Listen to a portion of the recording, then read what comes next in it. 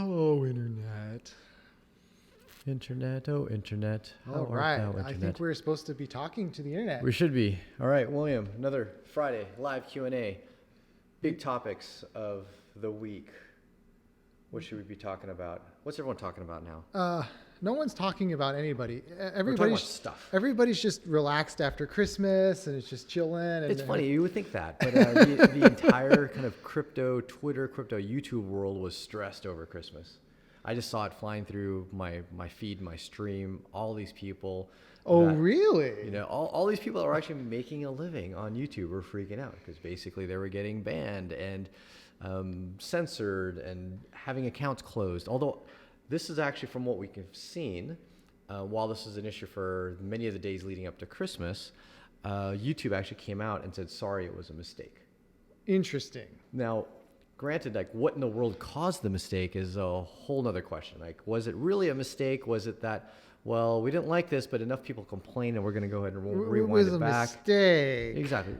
We don't exactly know. I don't think with a company that big, with Google, you're never going to know the exact precise answer of exactly what happened. I mean, you can never even tell the person you're talking to if they're telling. I know, exactly. It's just YouTube support on Twitter, and you don't really know who the person exactly is, who's in charge of the censoring, whether or not it was a bot that did it, or a real person, or a rogue employee, or someone that hacked into Google and that just doesn't like crypto, or someone that really likes crypto but likes the alternatives to YouTube. Ripple for life, or whatever. Exactly. Or any of the products that we're about to talk about.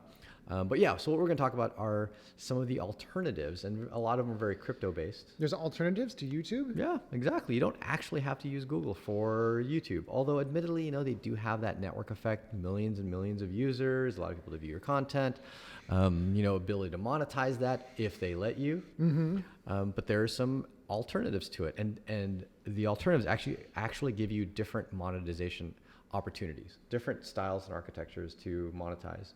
So we're going to talk about today are 3 different projects.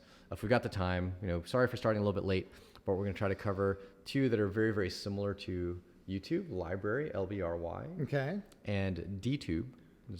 And that one's very, in the user interface, very similar to YouTube, as well as Float app, or float.app, which does let you live stream and have videos, but it's more catered to a Twitter-like interface, But I know you looked into Library a little bit. You want to give us the kind of high level? I did. So, Library. I guess we'll just dive right into it. Dive right into it. Let's talk about what the heck is going on with Library. A lot of people are talking about. I see a lot of the content creators that were censored and had videos deleted say, "Hey, now go check me out on Library. Here's my URL, blah blah blah," and hopefully they'll get some traction there and be able to move some users off of the YouTube platform. Well, I actually heard about Library months and months ago. Yeah, I had as well. One of my guys I listen to every now and again, Brian Lunduke, he used to do the Linux Action Show, and they used to do the Bitcoin Action Show way back in the day, like 2015. Yeah, he's actually on Library. Oh, really?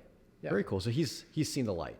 Yeah. He's like, we need some other alternatives. So I mean, relative to YouTube, what would you say are the high level differences? Obviously, there's something to be said about censorship resistance. So how is it able to achieve that level of censorship resistance? It's actually funny because one of our developers, Kylan, months and months ago came to me and is like, we need to do something about this censorship. We need to do something about YouTube. Mm-hmm. And we kind of sat down and we whiteboarded out like possible designs. Mm-hmm. And Library is basically what we whiteboarded. Oh, really? All right. But it's actually no. But they've been working on this since 2016, or at least that's what it says. It's been live since 2016, I think. So right. Yep. And it's actually not too different from a project I've heard about since 2014. So if anyone, especially here in the San Diego area, happens to recall the Decentralized Library of Alexandria, or just the Alexandria project, has built something very similar to my understanding architecturally, but I know there's some subtle differences with Library, especially the blockchain. So what they did is they built their own blockchain, copied it from Bitcoin. So similar to Bitcoin, it's also UTXO based. Yeah, I presume. Very similar. But what they added in is a domain name kind of system on top of the blockchain. Got it. So you can do transactions, right? You can send money to people back and forth. One of the opcodes that they have in the scripting language that they added to the Bitcoin scripting language is stake a claim on a name. Got it. Okay. Okay. And so the system then tracks all those names that have been registered in a tree. So it's fairly quick to get the latest head block and go down that tree and figure out exactly who owns what name without having to sync the whole blockchain. Just, a recent head block, does it have enough proof of work? Okay, I'm going to count that as valid. Okay, it says that Bob belongs to whoever's. I see. So they've taken the Bitcoin blockchain and in a way made it easier to search for this metadata. Right. At its It's heart, not that's like what they've done. op-return where you have to go download the whole blockchain and check op-return by op-return to make Got it. sure that someone's claiming this name. It's all statically known at the tip of the chain. Got it. Okay, so domain name registration is kind of at the first level main difference Right. between the library blockchain and Bitcoin. And the other decision that they made is they said the one with the most stake behind it wins. The most stake behind it. So I can put a claim on the name Bob. You can put a claim on the name Bob. Neither of us are named Bob. Maybe Paul would be better. Got it. But if you put 20 coins and I only put one coin, you win. Oh, so it's an auction. Yeah. Effectively an auction to be able to claim names, which is not unlike But it auctions doesn't for domain names in cost general. because they just sit there. Like the coins just sit there and you can spend them. Ah, got it. Okay, so if So you it's like spend proof them, of stake. so if you spend them though, and then your stake now drops below what the other person would have, Yeah, then you can lose the name. then you lose the name. Interesting. So if someone then stakes a larger amount, So you could stake, say you're a whale and you stake a bajillion coins to take the name, well, Bob Google. two or Yeah, Google. Bob 2, right? Right. Or Google or something, right? Well, now you've stolen the name and then you're like, well, I really would like to have my million coins back so I can go, buy a car or something. Well, Right. then you give up the name. You go up name. Got it. So say you do have the name, and someone goes and stakes 2 bajillion coins. Do you effectively then lose the name after the fact? I don't know, but it seems to imply that that's the case. Seems interesting way of doing domain name registration, given that you kind of have this very ephemeral knowledge of whether or not you actually have the name. So there might be some subtle details that we're missing in there as far as how the domain name registration works. Again, this is I know just there's from an me auction. quickly reading, some Yeah, skimming yeah. some documents. It's hard, but I think, In general, an auction format. well, the other thing too is you can have other people support your claim. Oh, interesting. So if I think that this organization deserves to have the name, Such as a pre-existing like Lego. right, You know. then I can put, park some of my money to just bolster their claim. Got it. Okay, so you can stake on behalf of other organizations, which Right. Somewhat makes sense because we don't want to have the confusion of a different Google inside of the library domain system versus the Google that's outside of the Right. library So somebody who domain controls a law library might be like the white knight that kind of like goes in and fixes problems. system. Exactly, and stakes against the fraudsters and whatnot. Okay, so domain name being level 1 or the first base layer of library. And on Right. top So of that, so we have the ability to pay people and to name people at that point. got it. So then the next level is, so now I own the name Bob, Mm-hmm. just for instance, and now I'd like to publish a video as Bob. Got it. So now I go to this next layer up, which is the peer-to-peer network layer. Mm-hmm. So we obviously use peer-to-peer networks to transmit blockchains between computers, Right. but they don't have to be used for blockchains. You can use them for regular data, like BitTorrent uses a peer-to-peer Correct. just to spread data, right? So they have the same kind of a concept that they not only use for their blockchain, but also just for generic data. Mm-hmm. And so within that peer-to-peer network, I can then publish using the cryptographic keys that go with my claim to the name. Correct. Here is a new video. And that peer-to-peer network, I know a lot of projects are very excited about IPFS. Is that specifically IPFS or their own? It looks like it's their own. Okay. All right. Yeah. There's just some kind of network that they came up with. Got it. It's a peer-to-peer storage network layer. Yeah. Got it. And then on top of that, you have the app that views it. Right. It's just basically almost like the wallet or browser. Yeah, you To need view the kind of data. like you need a wallet to access cryptocurrencies. You need a browser app or something to access the library network. Right. The content on the network. Uh, And is all the content effectively every single piece of content, it would be accessed through a domain that is then purchased or staked. Yeah. So for every video I wanted to publish, I'd have to go. Well, you can and- publish content under just random free stakes that are like just hashes. Right. Just And those are random free. numbers. Those don't cost. Got it. So video 5GX whatever, nobody can type this thing and remember it, is Right. owned by Bob. So if you go to Bob's like stream, you Mm-hmm. can see that this is referenced from his like index. I see. So the Got it. metadata network contains not only the content, like the actual bytes of the video, the actual blocks of video content, but also the like table of contents that goes with it. Got it. So having the domain Bob is not one specific video, but it can actually be the domain for several videos that I would publish. Yeah. Inside of that domain, which makes a bit more sense. It's almost like your YouTube account handle, but within that you can have multiple videos, each of which may have their own little hash or link Right. to get directly to those videos. And so since this is published on a peer-to-peer network, this, I presume, is how they achieve that level of censorship resistance. Right, because the only way to take it down is you have to stop the blockchain, so we don't know where things are anymore. Got it. And then you have to take down the peer-to-peer network that's distributing the blocks of video. Got it. Is there any mention, within the course of the paper as to who is hosting the peer-to-peer network of storage for video? Because obviously video storage is huge, it's expensive. There has to be some kind of incentive for people to store that. And I think in comparison, I know there was some content on Library that criticized some other platforms as saying, well, who's actually going to store the data? Well, so in the blob, they have something called the blob exchange protocol. So you've got these just blobs of data, right? That just could be anything, right? CAD files, books, videos, true, right. whatever. That's true. Library is actually very extensive in the sense that it doesn't have to be YouTube content. It's not just video. It could be pretty much anything. And I think some people are storing like 3D printable content on there as well. Right. Yep. So within that, then you go say, okay, I need this particular blob because I want to watch this video right now. Then you talk to who's got this, and there are maybe 20 different people who have that particular piece of data.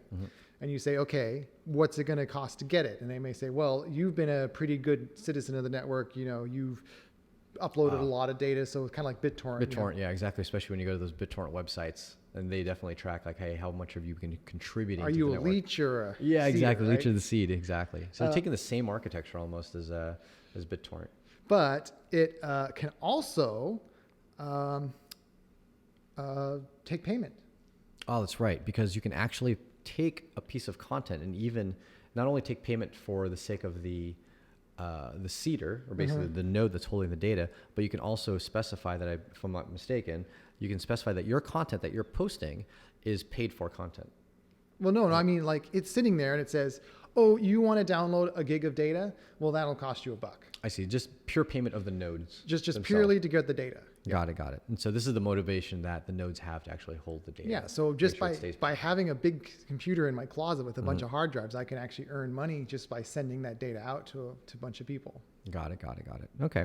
Yeah. That seems to be the implication here. Right. And that's a key piece. And I think that's been one of the criticisms of a lot of decentralized storage or content creation stored, decentralized stored models and architectures, is that, well, do we have a good solid mechanism to motivate the people to actually hold the data long term? And I think that's why they're not using IPFS specifically, is Right. because they can actually motivate people to store these blocks Exactly. payment. Which IPFS, long term, the project is aimed at motivating people through Filecoin, but hasn't yet really been launched in any wide adoption of that. Right now, it's just pure IPFS, almost like BitTorrent, where you're just holding the data and someone else has to put a layer on top of that to motivate you to actually keep holding it, because it does cost you money to a strong degree.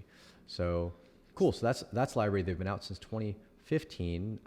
Just surfing through the site, there is a good amount of content on there. And it's Doesn't quite have actually the interface. really well documented. Like there's a lot of good documentation. Somebody actually spent the time to like describe what they're doing and how it works and all that stuff. Yeah, and So I I was think their actually goal, very impressed with and I that. think the goal is to be a really raw protocol level platform. Hence the reason for like a good documentation. Although that doesn't necessarily mean you got good documentation. Being a protocol doesn't mean you're documented well. But their goal being multiple different types of applications built on top of it, serving up different types of content. So you could have like a Twitter app. You Exactly. could have like a YouTube app. You could have, all Yeah. kinds of different types of things, Facebook type things, Exactly.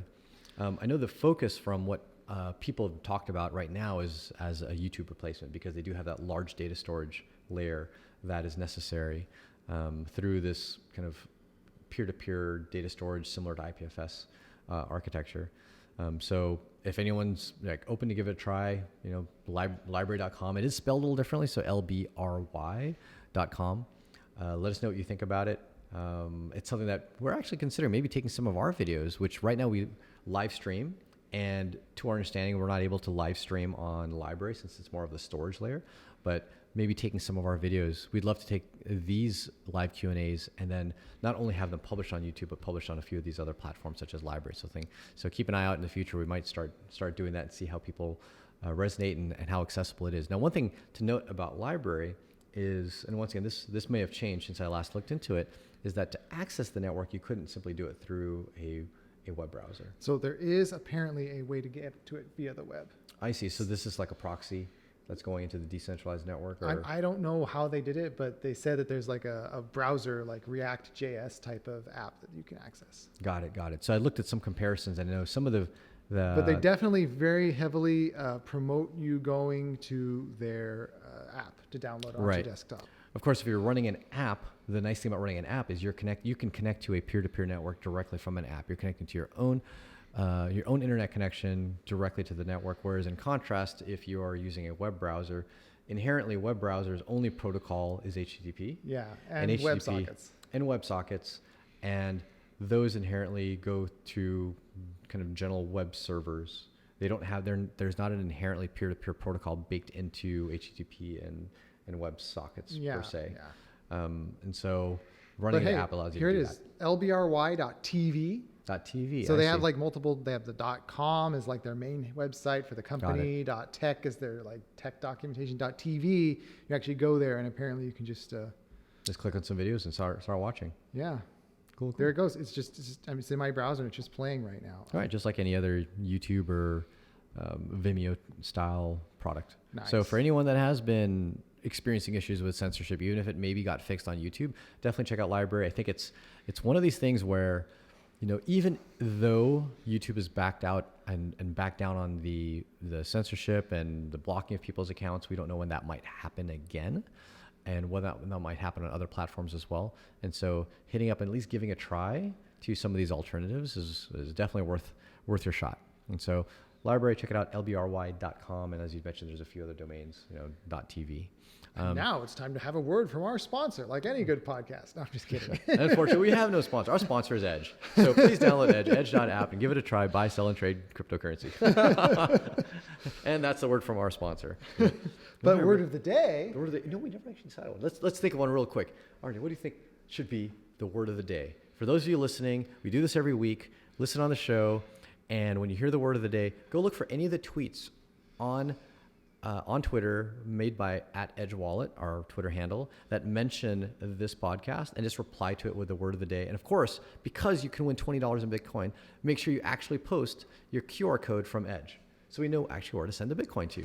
So the word of the day today, on behalf of one of our staff members that absolutely loves this stuff, is pistachios with an S. So make sure you're listening carefully. Pistachios. So if you're on, go look on Twitter @EdgeWallet and look for one of the tweets that mention this podcast and just reply to it with your QR code from Edge. First one to reply to it and includes the word of the day of pistachios gets $20 in Bitcoin. Thanks, everyone. Stack those sats. And off to our next topic. Cool? All right. So another alternative in the kind of decentralized content creation space, YouTube replacements, is actually one that's been around also for a while in DTube. DTube. Yeah, almost like a decentralized YouTube. Didn't we try broadcasting to DTube, this very podcast at one point? I don't know if we tried it on DTube. We might have tried cross-posting it. I don't know if we tried to do the live. I'm not sure I don't believe DTube supports live streaming. But for just posting of content, I believe you can. So we can take this content and once again just post it on Library, post it on DTube. But I'd love to see some streaming support. That would be interesting on how to do that through a decentralized network. Well, I mean, something like Library would make sense. You just say in your metadata, like Bob has a list of things and he's updating his thing with here's the stream source, go there now. Right, and so the stream source would have to be someplace on a decentralized network that we then push to, or we open ports into our own system that everyone pulls data from. Yeah. So we'd have to be serving it ourselves, and maybe there'd be like the same network where you have replicators or mirrors, like they're just mirroring it. And that's the thing. I think that's the thing that hasn't been quite developed yet in this kind of decentralized storage space is an actual peer-to-peer streaming network. But nothing about their architecture seems like it would prevent it from happening. It wouldn't prevent it. It just has to be more real time. It's got to be more real time. It's almost like updating, a kilobyte at a time, and then you're just pulling out the kilobyte at a time. Right. Versus, boom, here's all of my data. Here's the hashed chunk that's going to be whole chunk. Stored. Exactly. So I think that's a still yet to be solved issue in content creation is like the live streaming. All right, but in the meantime, we are at least able to take old content, put it out, and make sure that it doesn't get deleted and is available for people to use. We're running out of time. Wow, I spent way too much time talking about that. Indeed. Well, that's okay. All right, we're giving people good knowledge. So DTube is a project born out of Steemit. So Steemit came out in the 2015, 2016 timeframe. Was it 2016? All right, got fact check. It's a good thing we've got our producer here to fact check what I've got. So 2016, Steemit came out, which was a fascinating project that allowed people to monetize kind of more like Reddit content. Yeah, it felt like a Reddit. It was more like a Reddit. At least that's the interface to the Steemit blockchain. But the Steemit blockchain was fairly arbitrary as to what you built on top. You could build a Twitter on top of it, but the main interface was through. That's the Steem blockchain. Steemit is the website and company that built on top of the Steem blockchain a Reddit type of interface where you post, kind of mid-sized content, blog type content, and other people comment on it and upvote it and downvote it. And when you posted content, if someone with a lot of Steem tokens that they already had, they could have mined. It's also a mineable blockchain. If they upvoted it while they had some tokens staked as Steem power, you would get a portion of the next block relative to how much other content was upvoted by how powerful of upvoters, meaning like how many Steem power tokens they held. So if we two were the only people posting on Steem, and I posted some content, you posted some content, all within the next block, and someone with 100 Steem power tokens upvoted mine, and someone with 50 upvoted yours, well, I would get twice as much as you. You get 2/3 of the block. I get 2/3 of the block reward if that's all that happened, within that block. And then there are, of course, much more complicated game mechanics as far as if someone downvoted or if it got flagged as being invalid or plagiarized from somewhere else. Things like that would cause people's reward to potentially go down. But the unique thing is that when you upvoted someone, you didn't lose any money. You were just simply saying, hey, here's the amount of Steem power I have, and I'm going to almost subjectively mine good content, right? Nice. So as opposed to objective mining where you're just simply finding the right answer to a block or a puzzle like in Bitcoin, you're subjectively mining by saying, this content's good, this content's not, this content's good, this content's not. And the best content produced within each block is the one that gets the reward. Yep, not the best, but yeah, you're right. The best, well, the best according to the human, according to the human, and also not only the single best content, but in gradient scale, pro rata to how many upvotes you get by how powerful of an upvoted account. Now, wasn't Steem built by the same people who built EOS? Exactly. So Steem was built by Dan Larimer, who built BitShares, and then EOS, and they all fall into this architecture of blockchains. It has his fingerprint on it. It kind of has a fingerprint of similar architecture and style. They're delegated proof of stake blockchains.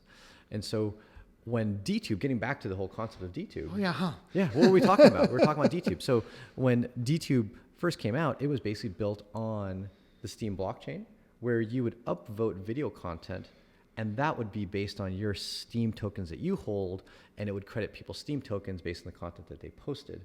Steem, the blockchain, only lets you put text content, short form content, short and mid form content like blogs, but not any videos.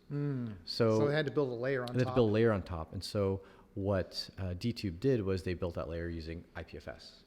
Right? So IPFS is the format that holds, or the architecture that holds all of the video content, and then you link to IPFS using the Steem blockchain as the short content and the comments and the upvotes. However, earlier this year, they decided to build their own blockchain. And that's not live yet. It's actually in the midst of a crowd sale, whatnot, for their own token. But that blockchain will also use a similar architecture, the delegated proof of stake, similar to EOS and BitShares and Steem, but it will have a few minor tweaks that are more catered to kind of this video content. Got it. But the same concept holds. You will earn tokens by posting content. It does cost you a little bit as well, similar to Steem, to post content. What Steemit, the company, was doing was just to promote the use of Steem. They were allowing people to create free accounts, and they were giving people or staking creating their accounts with a little bit of credit of Steem so that they could make a few posts. And many people didn't know that. They're like, oh, I'm just signing up for a Steem account, and then I can post like I can on YouTube and on Twitter, and it's free. But what they didn't realize is, yes, there was a company behind it that was trying to promote Steem, try to get people to use it. They obviously had a lot of Steem of their own. They were early miners. The interesting thing about Steem is a lot of people call it a scam because you can't put social media on the blockchain. But of all the coins and blockchains out there was no pre-mine. There was no pre-mine and there was no ICO of Steem. Really? And so all of it was just simply early developers and the company Steem themselves mining coins early on. Because obviously one of the early ones, it's kind of like a pre-mine, but not really. Yeah. You have a lot No of one the knows about you or no one uses you. It's like, Yeah. what's the difference? Yeah, there's barely any people mining. As long as you publicly announce it on this day, the blockchain will be available for people to mine, and you jump on it along with anyone else. And then the it's only way kinda to fair. mine is by posting content. Actually, no, there's two ways to mine. One is posting content, and another is actually mining the chain. Oh, okay. So there's actual miners of the chain that secure the network. And so you could have mined the chain as normal, or you could have posted content, or you could have done both. And so, so yes, on Steam, you can get a free account. It does require a waiting period, and they might require some KYC for that, but you get a free account. On DTube, similar architecture with a few subtle tweaks that admittedly escape my mind as far as what the tweaks are, but the same concept. You'll have to hold some DTC is the name of the token. That's going to allow you to post. However, DTube as an interface, right, D.tube as an interface will actually allow you to link your Steam account, right, your wallet, as well as a new DTC wallet. And you can effectively earn both through your content. You could say, hey, I want to have both, and earn both DTC from the people that have DTC that upvote, and also earn Steam from the people that have Steam that upvote. So in a way, it's a little bit confusing, but also it doesn't, totally alienate the people that are already posting and already have. Yeah, exactly. And if you already have a bunch of your videos and content and comments linked to your Steam private key, you can link that into your DTC DTube account, and all your videos still show up under your kind of account. Oh, nice. It's almost like having two accounts. Like it's almost kind of like, actually, this reminds me of when Google didn't own YouTube and competed against YouTube. Does anyone actually remember this era? I vaguely remember that. So Google had Google Video, and it was crap compared to YouTube. One of the biggest reasons why it was crap was because Google was such a big company that they had to be really strict about what they allowed on the platform.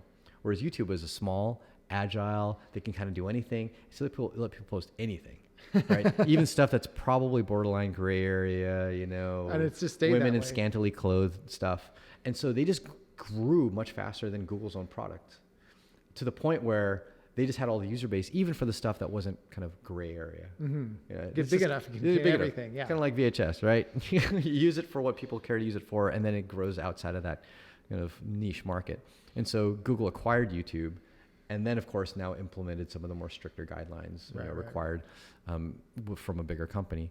So architecturally, it sounds like you've got, for both Like library and DTube, you have the blockchain, which is Exactly. sort of the who owns what names and who's got what content. And on top of that, you have the distribution network, which is for library, its own custom thing, and for DTube, IPFS. IPFS, correct. And then on top of that, you have the app to view it all. Yep, exactly. The interface. The monetization model is notably different between library and DTube.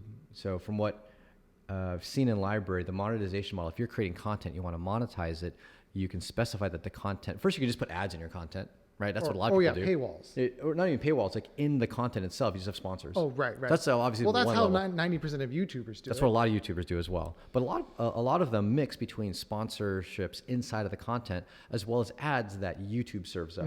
So the one thing to know is both of the platforms, library and DTube, don't do any ads, right? There's no ads on top. You put whatever ads you want inside of your own content.